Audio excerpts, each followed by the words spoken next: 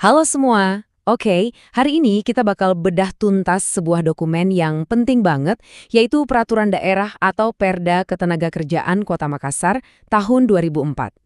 Anggap aja ini buku panduan resmi buat siapapun yang bekerja di sana. Yuk kita kupas satu persatu. Nah, ini pertanyaan penting banget kan? Nggak peduli kamu itu pekerja atau yang punya usaha, ngerti aturan main itu kunci. Makanya, dalam pembahasan kali ini, kita mau kasih kejelasan langsung dari sumber aslinya. Oke, ini dia gambaran besar pembahasan kita. Kita mulai dari kenapa peraturan ini asalnya ada, terus siapa aja sih pemainnya, apa hak dan kewajiban utama kita, gimana kalau ada masalah, dan terakhir, apa artinya semua ini di dunia nyata. Oke, kita mulai dari yang paling dasar dulu ya. Setiap aturan itu pasti ada ceritanya, ada alasannya. Jadi, sebenarnya kenapa sih peraturan kerja untuk Makassar ini sampai perlu dibuat? Jadi gini ceritanya, di awal tahun 2000-an Indonesia itu kan lagi gencar-gencarnya otonomi daerah. Nah, peraturan ini lahir buat menyelaraskan hukum ketenagakerjaan nasional yang umum dengan kebutuhan spesifik di kota Makassar. Intinya, biar ada aturan main yang jelas dan bisa ditegakkan langsung di tingkat kota. Nah, sekarang kita kenalan dulu sama para pemain utama di tempat kerja, sesuai definisi resmi di dalam perda ini.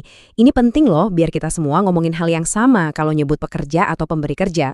Yang pertama, pekerja. Coba deh perhatikan, definisinya ini lugas banget. Pokoknya, kalau kamu kerja dan dapat bayaran, mau itu gaji, honor, atau kompensasi apapun, secara hukum, ya kamu adalah pekerja. Sesederhana itu. Nah, di seberangnya ada yang namanya pemberi kerja. Ini tuh luas banget cakupannya. Dari perorangan yang mempekerjakan asisten rumah tangga, pengusaha warung kecil, sampai perusahaan raksasa. Selama mereka menggaji seseorang untuk bekerja, mereka masuk kategori ini. Dan ada pemain ketiga yang gak kalah penting, serikat pekerja. Jadi, perda ini tuh secara resmi mengakui peran mereka sebagai wadah para pekerja untuk bersatu, melindungi hak-hak mereka, dan memperjuangkan kesejahteraan bersama. Oke, sekarang kita sampai di bagian paling penting nih, dagingnya lah bisa dibilang. Ini nih yang biasanya paling banyak ditanyain, jadi ayo kita perhatikan bareng-bareng. Coba ingat-ingat angka ini, 40. Menurut pasal 31, standar jam kerja di Makassar itu 40 jam seminggu. Angka ini tuh jadi dasar buat ngitung semuanya, mulai dari lembur sampai buat mastiin kita masih punya waktu buat istirahat. Terus, gimana cara ngebagi 40 jam itu? Peraturannya cukup fleksibel kok, ada dua pilihan utama. Kamu bisa kerja 7 jam sehari untuk 6 hari kerja, atau 8 jam sehari untuk 5 hari kerja. Dua-duanya sama-sama sah menurut hukum.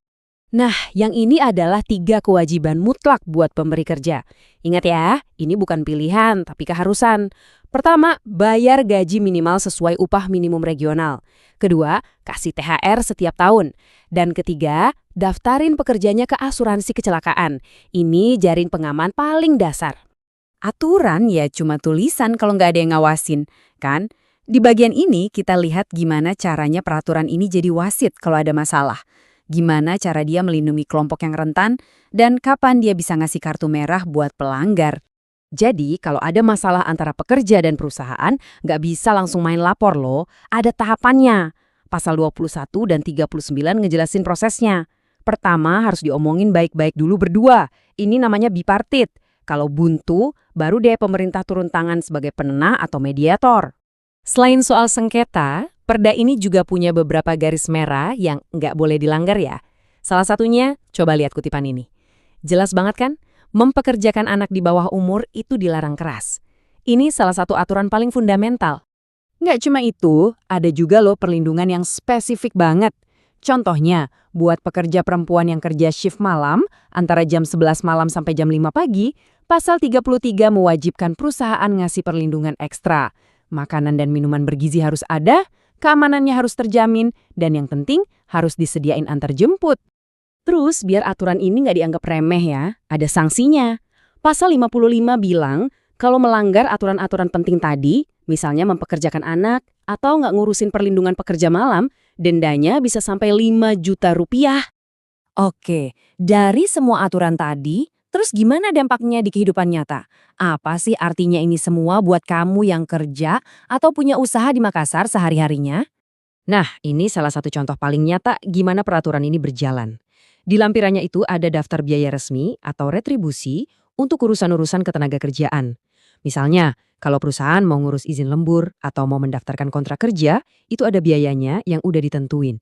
Jadi semuanya transparan. Kalau kita mau cari jiwa dari semua peraturan ini, ada di kutipan pasal 1I ini. Jadi tujuannya itu bukan buat bikin birokrasi yang ribet, tapi justru untuk melindungi dan memastikan para pekerja itu bisa punya kehidupan yang layak, bisa berkembang, dan berpartisipasi penuh. Oke, sebagai penutup, kita lempar satu pertanyaan reflektif ya. Ingat, peraturan ini kan dibikin tahun 2004. Zaman itu belum ada yang namanya ojek online, freelancer digital, atau kerja dari rumah yang marak kayak sekarang. Pertanyaannya sekarang, apa aturan main dari tahun 2004 ini masih relevan?